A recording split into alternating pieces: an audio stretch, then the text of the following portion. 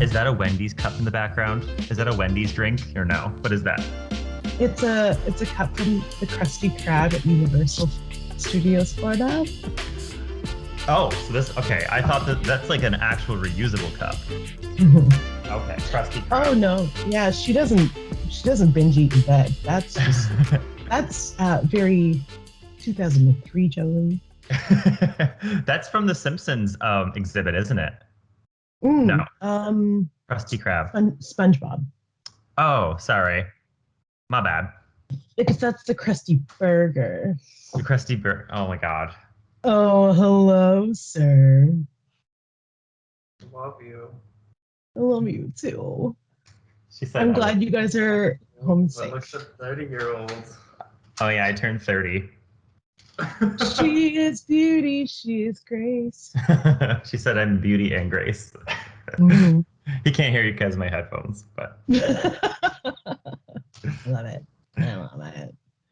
Happy 30th birthday, Harvey Brent. thank you. Yeah, Jason, go.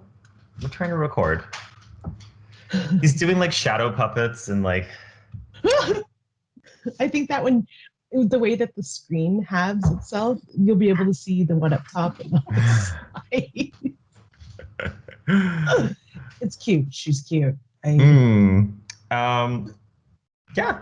Are we diving right into it? Is that what's the vibe I, today? Do we I think do we just so. we go? Yeah, it's the vibe today is birthday chill. Oh, Birthday yeah. chill eleganza. Yes. Speaking of eleganza, neither of us are feeling Kylie, and winner, winner, chicken I dinner. It's not that I don't hate Kylie, but I just like Raja and Ginger so much better. Yeah, I agree with you about the whole the critique about her being very like editorial, and hmm I don't think. Do you know what? I think she is a queen that needed a win. But I agree with you that Raja and Ginger were clear Raja winners. Raja has shown amazing growth from like her original season. I was like, holy doodle, like you've really come to play, girl. But I will say, I did see like online one of her critiques was like she wore a lot of purple this season, and she did. Like, there's been so many like posts on Instagram like showing all the comparisons, and she wore a lot of purple, which is like fine. Like she's cultivating a style, but it's also like, okay, let's branch out a little more. So fair. And then Ginger's just, I feel like Ginger's always been talented though. I feel like Ginger didn't need the win, even though I think she should have won. Yeah, it just would have been nice, a nice resume patter. Like Totally. anyone who's been to a drag show in like the past 10 years knows that when you see Ginger Minge on the bill, you buy the tickets immediately. And though I think the last time she was in Windsor, I did not, and I regret it, but I knew it was going to be a good ass time. Anyway, oh, Um, I can't hear. There you are. yeah, as I say, 1 second. I'm just gonna check to make sure my microphone is up. See, this is why we have to check. There we go. Hello? Hi. Is that better? Is It's. it I something? hear you. It is. It is. Yeah. When you got close like that, it is something. Oh, okay. Hold on. Let me. It's really weird. Oh, I lost you. You lost me. Oh, it's. I think it's because the cord shook loose a little bit. Why is this so difficult? Yikers Island. What? The higher the hair, the closer to God. Looks good. He's asking if his hair is too high. Okay, shall we get into it? We're actually filming for real. Oh, Bye. all right, bye. Welcome to the Full Volume Podcast. I am your co-host, G.I. Jolie. It's been a second, but we are joined again by a vibrant and plush 30-year-old Mm-hmm. boy.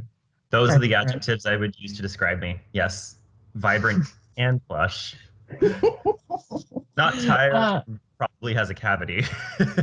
oh no! Oh, I don't know. I like to make up these victim narratives for myself. I don't actually know that, but I mean, I haven't had my teeth cleaned in a while, so that's where we're at. If there's any victim narrative, let it be orthodontia. Exactly. That's a more harmless one, I feel like. Yeah. It's definitely deal withable. Deal withable. Yes. Yeah. So we owe you, dear listeners, a double header. This is a double Uh, feature. Much like mhm. the season 10 American Horror Story title this year, this is a double feature. Have you been watching? uh, Holy shit. It's good. I like it. I like this idea that they're only doing like 5 episodes per story. Like it keeps things tight because American Yeah. Horror Story has a problem with digressing and getting into shit that we don't need to know about. And it's just like they're introducing other writers who are interested in the American Horror Story universe. And I'm feeling most of it.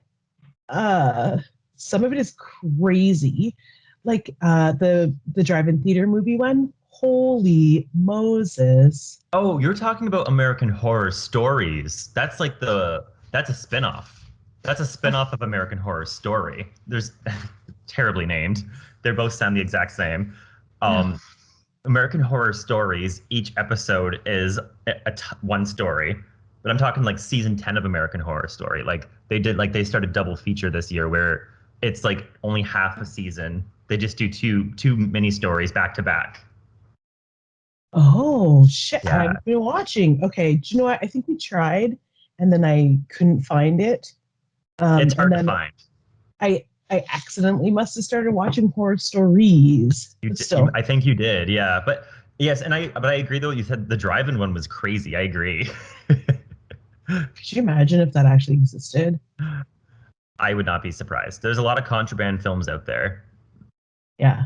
Uh, I don't know one that makes people into monsters. I mean, there's a huge zombie theme for the last week of our lives. I was gonna say maybe that's a perfect segue actually into today's double feature. Right? Okay, so let's just dive into it because I don't know how long my battery's going to last on my cell phone Yes. because she's filming on her cell phone today. Technical Um, difficulties. oh yeah. If anyone is in IT, please make your way to St. Thomas, Ontario. Anyway, okay. So we'll start with the Doctor Strange episode. Is he going for a Yes. walk? No, I just sang bye. Go, go, go, go. We got the Okay. battery. So the Doctor Strange episode. Long story short, Doctor Strange is in a car with Christine, and during the car accident, instead of losing his hands, he loses Christine, and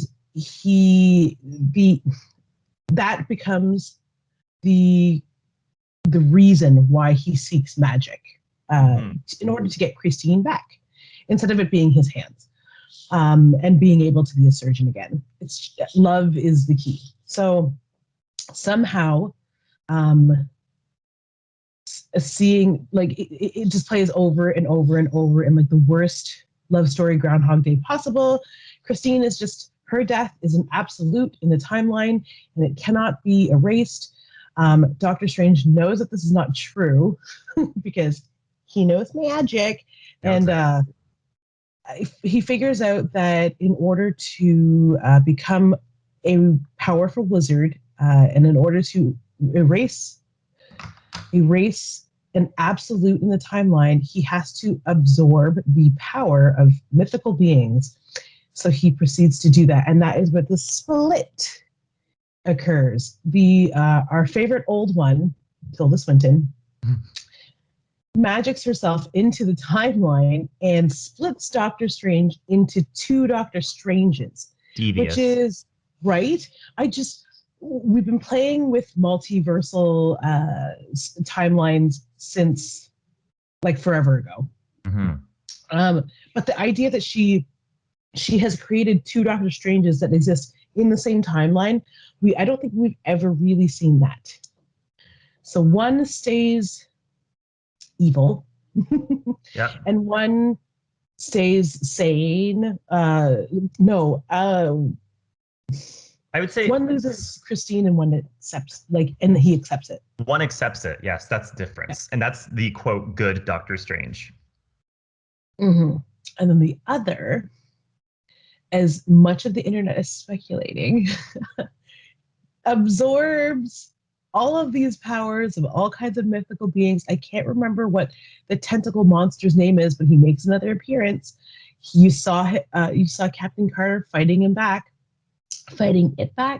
and then you see him pretty much eat just like a calamari dish. You see Doctor Strange eat him in this episode. The internet thinks he's going to be Mephisto. I love a good Mephisto theory. Don't we? That's what initially bonded us to this podcast, Mephisto. It always comes back to a man. An evil, treacherous, toxic man. Yep. Always. If it could be argued that Mephisto is a man. Right. But I mean, his humanoid exterior, that is what he's chosen to emulate. So that is what we're going with. Mm-hmm. So yeah, the episode sort of ends. Oh my God, help me out here. How does it end? It ends. That's fair. Yeah. I watched episode 4 like the first day it came out, and then so obviously we're way past episode 5, so I'm a little foggy. It ends though with Christine. So quote, evil, unable to accept reality, Doctor Strange gets Christine back momentarily, but he doesn't have a hold of the universe that he has curated in order to bring her back, and she just disintegrates in front of him, and he's left alone by himself. Christine is dead still, so that's still like that is the key event, really, that no matter what, he could not keep Christine, and so Christine just disintegrates in front of him. So it's a rather dark ending, and the Watcher, voiced by our lovely Jeffrey Wright, says he could intervene, but he won't. Sass. What a tease. Omnipotent and sass. Okay. Yeah. So it's kind of a crazy ending, and it's a dark ending. And I think there was a lot of talk about this episode. I just saw like on social media last week. I'm trying to stay off social media. It's exhausting me. But this is like healthy social media. This isn't like people have sensitive opinions and there's just so much going on. This is okay social media.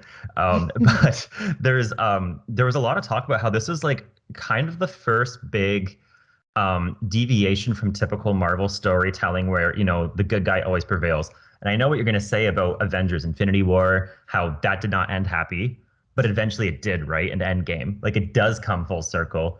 This timeline ends on such a dour, sour, depressing, heartbreaking note. And like, that is the end of it. And that's all I'm assuming they're going to be showing of it, unless they revisit it in Doctor Strange and the Multiverse of Madness. I don't know.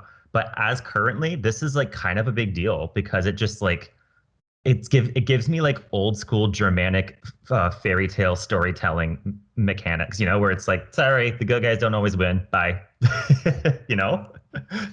Mm-hmm. Sometimes the witch eats everybody. Whoops. Sometimes you do that. Sometimes it be like that. So. Mm-hmm. I loved the episode. Everyone, at first I didn't agree with the assessment that it was like one of the best, but now the more that I watched it a second time, and then I thought about it a lot, and I'm like, no, you know what? It is one of the best. It's really, it doesn't end on a sour note. It just ends on like a bittersweet note, and then the repercussions, that like the little ripples throughout the Marvel universe. It gave me hope for what they were going to write in to the remaining live action universe. That'll be interesting if they tie it back into live action. I'm curious. Right? And if anything that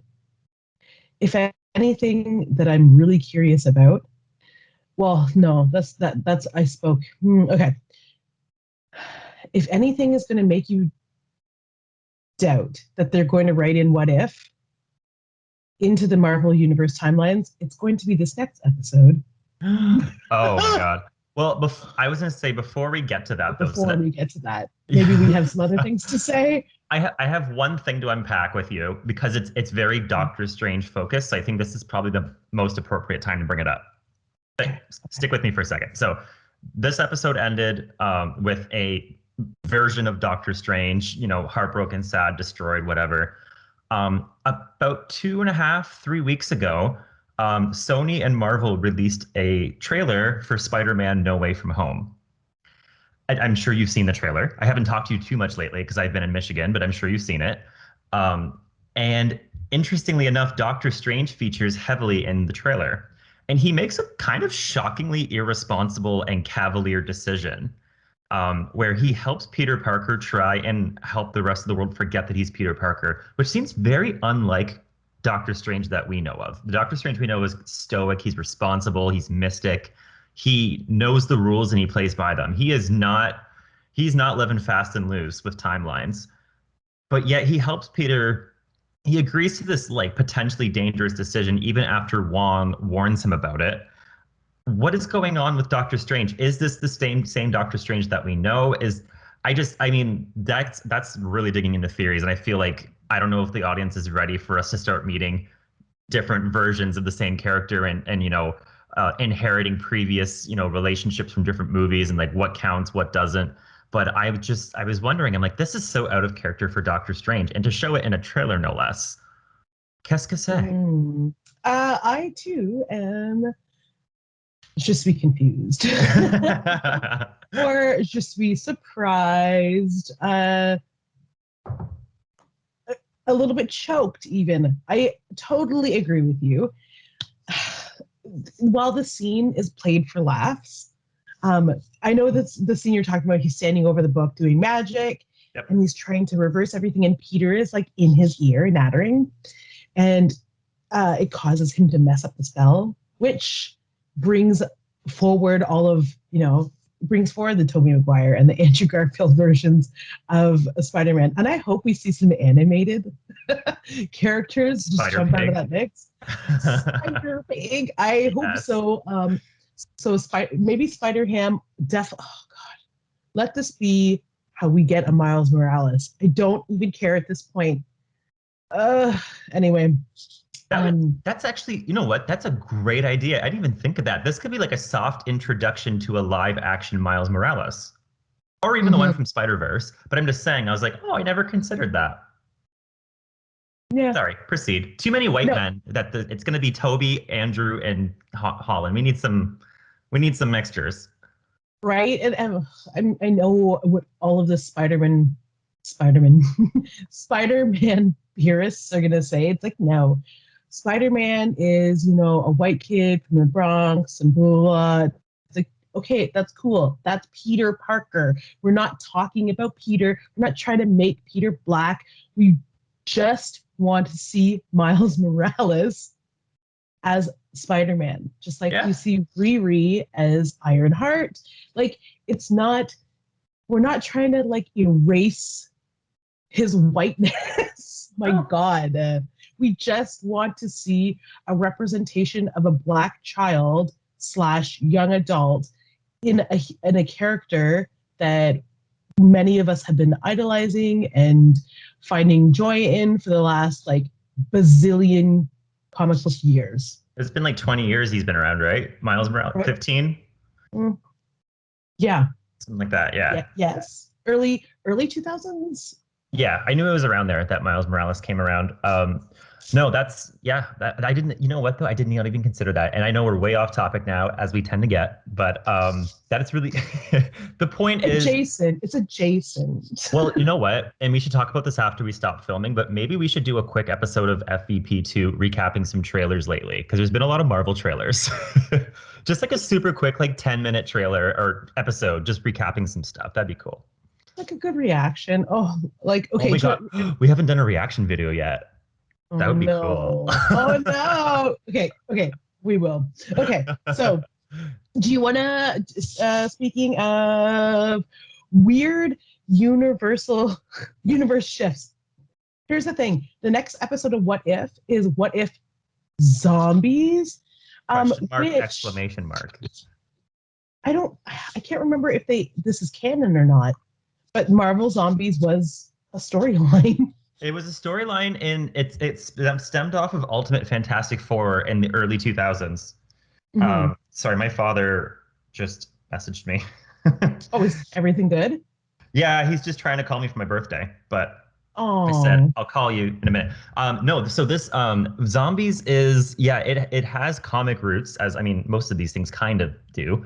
But Mhm. it was a kind of a story or a side adjacent story of Ultimate Fantastic Four. I believe it took place in the Marvel Universe coded 2149. That was like the is that the right term? Universe code? Earth, like Earth I 2149. I like that. I like that. We need to start keeping spreadsheets. Anyways, so in that original comic story, there is a an original hero that comes into the Marvel into the Milky Way, the galaxy, and has such a lust for human flesh and like infects the Avengers and the X-Men and the Fantastic Four and all that stuff. And eventually Galactus gets involved, and it's a whole hoopla and a shebang. This story is, I think, it must be inspired by that. I think there's similar rules. They use a lot of different characters though. Um, but I think this has probably been the most unique and most exciting episode of What If so far. Personal opinion. Okay. So personal opinion, I 75% agree. It is exciting. Oh, It is exciting. Okay, do you know what? I hate when dialogue is garbage. okay. 'Cause some of it is corn dog. Um, it is like fully breaded, a little bit corny. So I mean, I was watching it. My sister was like making breakfast, and even she laughed out loud at some of the dialogue when it happened. And I was like, okay, Juliet, this is fine. Everything is fine. It's good. I thought Marvel Zombies was a weird idea when it happened.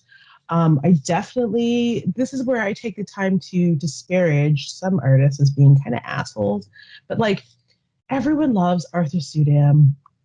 And the covers, I admit, are gorgeous, but I've not heard great things personally about this gentleman. Anyway, it really it made me reflect poorly on the series as a whole, because this man made his entire empire out of the covers of these books. Anyway, You know what? that's That's a good mm, point. The most iconic thing I can remember from these comics is the cover art. yeah. Yeah. And it's the one that gets used over and over and over again is that cover of Spidey swinging through the air. Anyway, I don't want to make this entire, related tangent about that. So let's get into the episode. Yes. So, um, I actually quite like the order in which Wikipedia talks about it, because it's not the same order that it was told in the show, but I think Wikipedia does a better job. So Hank Pym is searching for his wife, his love, Janet Van Dyne in the quantum realm, but in Earth 2149, she is infected by a quantum virus inside the quantum realm. That's hard to say for people with speech impediments. And she develops a virus, and that causes a zombie apocalypse. Um, there's the Avengers get infected, everybody. But I think this is the part of the episode that I really liked is that they took that concept of Marvel's What If Zombies and they placed it against the backdrop of the beginning of Avengers Infinity War, which is so good. I wish the more episodes did this. But like Bruce Banner's crashing down from what's Thor's ship's name at the end of Thor Ragnarok? What's that ship that like they took off on? But like the one that Thanos invades at the beginning of Infinity War, whatever that ship is. Yes. Um, Oh, I can't remember. It's on the tip of my tongue. but you're aware, you get the Yeah. the concept. And so Bruce Banner comes from, I think Thanos ejects him. I think it was Thanos, and he comes crashing down to Earth into the Sanctorum, and he's looking for everyone. And he's doing his whole Thanos is coming, and he goes outside, nobody's there. So that's like, okay, this was kind of not the same, but kind of the same. And then Ebony Maw and Cull Obsidian show up, and or is that Corvus Glaive? Which what's the big one? I think it's Cull Obsidian. It Maybe is. you're right. It is. It's I called don't Obsidian. know. Okay. But they give the exact this is like what kind of drove it home for me. Ebony Maw gives the exact intro line, hear me and rejoice, all that stuff. You go get the honor of dying by Thanos, which is so cool. And then that's when it turns because Iron Man, Doctor Strange come out and attack and zombify them. And that's when things kind of hit the road. We have Wasp saving Bruce Banner from this big tussle. Spider-Man helps save Bruce Banner as well. And we're introduced to this group of survivors with Bucky Barnes, Sharon Carter, who Doctor else? Strange's cape. Doctor Strange's cape, not Doctor Strange. And there's a couple other guys too. Who does Jon Favreau play? Hank? No, what's his name? Hungry, happy. Happy, yes, yeah, Happy's in it. And Okoye from the Dora Milaje. So we have our group, and they're like, "Hey, somebody might have found a cure for this zombification. We got Bruce Banner, we got Spider-Man, we got scientists. Let's go." And so they unfortunately have to go to Jersey. Woof. And so, which actually that just like had a neuron connect in my head right now, but I'll get to it in a minute. So they go through the whole thing. They like take the underground subway system and they go off to Jersey. They lose a few people along the way. I'm sorry I'm glazing over the details, but this episode is actually quite detail oriented, and I don't know how long your phone battery is. And so they lose quite a few people along the way, but also along the way they are killing quite a few zombies. They kill Falcon, they kill Captain America, they kill Hawkeye. So yeah, and then they eventually reach this compound, and Wasp sacrifices herself to allow the remaining survivors, which I think at this point is like Bruce and Spider-Man and Winter Soldier and Okoye, to infiltrate this compound, and they come across Vision. Woo! And Vision's got his Mind Stone, except, he is feeding people to a zombified Scarlet Witch. Those two, so toxic. But one thing I just realized is that they went to New Jersey, which, correct me if I'm wrong, didn't a WandaVision take place in New Jersey? Yeah. Yes. It did, I think. Outside of New Jersey. Yeah, In a suburb. Yeah. Yeah. But I mean that kind of like that's what the neuron that just connected in my head. I'm like, oh wait, I think WandaVision, she did her town in New Jersey. So like it's kind of cool that like that's where Wanda and Vision were kind of based, during the events of Infinity War and after, when Vision dies and everything, and she goes through her grief cycle. But yeah, and then they decide they have to actually team up and defeat Scarlet Witch. Vision repents, which was done poorly. Eventually only Spider-Man and Chadwick Boseman, Black Panther, and also Hank or Ant-Man's head, they escape into space, and they're like, oh, well, we're gonna fix it. We're gonna use the Mind Stone to amplify and fix everyone. What could go wrong? We've already been through the worst of it. Cut to Thanos, only missing the Mind Stone, but he's zombified. Disastrous reality. Oh my God, that's like actual hell. Yeah. Hell on exactly Earth. Yes. I'm glad that they Earth didn't. 2149. I'm glad they didn't play out the rest of that because oh boy. But now we have something to replace The Walking Dead with. Yeah, I'd be interested in more episodes from this, but I feel like they won't do much more. Thanos is going to easily defeat them and destroy the world. Yeah. So favorite part, absolutely, about this episode, now that my mind has been shooketh, is the Vision Scarlet Witch love story. It's always going to be those two. I'm just, so good. Well, I was going to say, too, what I was noticing, too, I don't know why it took me this long to realize it, but during this episode of What If, they treat Scarlet Witch like their Dark Phoenix or their Jean Grey. Do you not notice that? I'm not saying it's a bad thing. It's just something that I've noticed where I'm like, this is your strong female character, but you're still putting her in distressing situations kind of thing. I just thought that was interesting. It's just they treat her like their Jean Grey. And they've been treating her like their Jean Grey since she made her appearance in Age of Ultron. Oh, yeah. Well, I was going to say in the comics, too, since like House of M. I feel like she's been, okay. I feel like they're like, oh, just Wanda's so delicate, take care of her. So but you're She's so right though. powerful and she'll destroy the world if you set her on a path. Yeah. So, but you're right though. Since Age of Ultron, that's how they've been treating her. I don't like, in hindsight, maybe I'm just being a, typical difficult to please Marvel fanboy, but I'm like, that's just something weird that I noticed that they treat her like a Jean Grey type. No, it's not being difficult. It's just caring and getting to know a character and then seeing the world of comics for what it really is, which is and it used to be praised. It's a boys' club. It's the best boys' club. It's the shittiest boys' club, and we have to continue to, you know, trudge along with it until things change. Yeah. Yeah. Well, we've been saying that for years now, but here we are. Here we are, still just talking about Drag Race instead. I'm not mad about it. So No, not really. UK season 3 starts September 23rd, and you know those bitches are going to turn it out. The British queens are talent. They yeah, are. and I mean, and they are not afraid of plastic surgery. I cannot wait. Yeah. Go. So sorry. Anyways, thoughts on the episode. So you said 75% you liked it, 25% not feeling the dialogue. Yeah. I briefly mentioned earlier, like Thanos's like repentance, like, oh, I screwed up with Scarlet Witch, super weak, very sudden, very like crap. They should have done a better job setting that up. But otherwise, I thought the episode was fun. It was so different, and I'm like, yeah, I'm into this. Yeah, me too. I like a good I like a good take on zombies. Oh, here's the thing that I thought was a little bit corny is that the we didn't get a lot of backstory about the virus, so we kind of are able to spin our own wheels about what it is and how it affects you.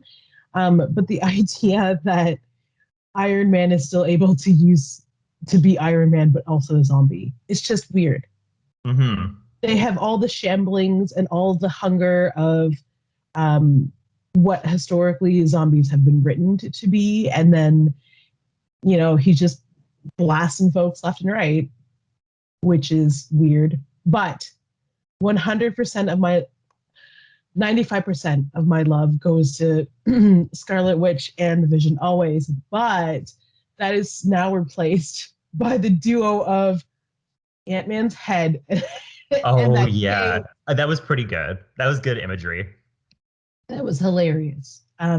He should have always been flying around with that cape.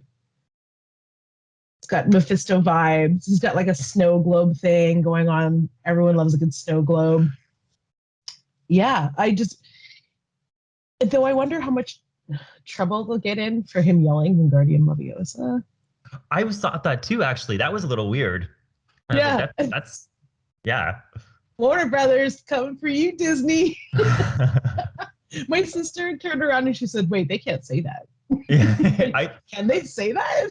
I'm glad you confirmed that because that's what I thought I heard, and I was like, okay, then I just brushed it aside. But yeah, that's weird. Totally weird. But anyway, if this is in fact 2149, 214, possibly. That's just what I'm basing off the comics. that would be awesome. I will live for a flying Paul Rudd in Paul Rudd head. I think he would live for that. Oh, I think did he voice the character this time or no? That was him. Yeah, Oh, she came awesome. back. I feel like most of them have, only like 3 or 4 of them haven't. Like Iron Man, Captain America, Scarlet Witch, and I think Spider-Man are the only ones that haven't done it. I think everybody Black else is. Widow. Who did I say? Oh, I said Scarlet Witch. And I meant Black Widow though. I meant that Yeah. instead of Scarlet Witch. And I mean, maybe Scarlet Witch. She was mostly growling. She was mostly. Can you imagine they brought Elizabeth Olsen back just to growl into a microphone for an hour? Disney's got the money. Right? I mean, and who wouldn't want that Disney money? Anyway. So next week, I don't know actually what's happening. I like to be surprised. I actually looked it up and it did not give me a synopsis. So I have no idea what's going on. Excellent. Good. Okay. I care not. I will continue. I will continue to live my life until Wednesday. If they switch up the schedule on us, I'm going to burn the earth to the ground. Oh, also, I don't know if we talked about this, but there's actually 9 episodes of this. I thought there was only 6, because of just how Loki and Falcon and the Winter Soldier was going. But Well, this is going on till like mid-October. excellent. Josh did mention it in one of the Okay. episodes. So that it I was haven't caught up on all of our because episodes yet. that's fine. You get some time. The next thing that happens is in November. So there won't be too much of a lull. We'll bring you our Evan Peters episode then. Oh my God, I forgot about that. It's Ooh. fine. Oh, do you know? I don't know if you got our Will Smith episode where we did a tiered list. I did. Yeah. Oh, you did like a I think- tiered list. Yeah. You did like the If you S, watch- A, B, C. Oh, girl, that's fun. We should do that. Yeah. Okay. So we should do that for Evan Peters. Yes. All film, all television, whatever. We'll make it a special edition 2-parter. Do you know what? Let's do one for only his American Horror Story characters. Yes. Because that's And a then lot of another characters. episode for the rest. Amazing. Okay. Amazing. Sweet. Okay. Okay. So, well, thank you for listening. Thank you for sticking with us. Sorry we weren't here last week. It was just, do you know what? Everyone takes a holiday, right? We're allowed that. Happy Labor Day, everybody. Happy belated Labor Day. Happy birthday, Harvey Brent. We're not going to sing. We're going to save you the vocal stylings of me because they're not stylings. They're more like yowlings. Yeah, so I want to thank my co-host, Harvey Brent, for giving us a good show.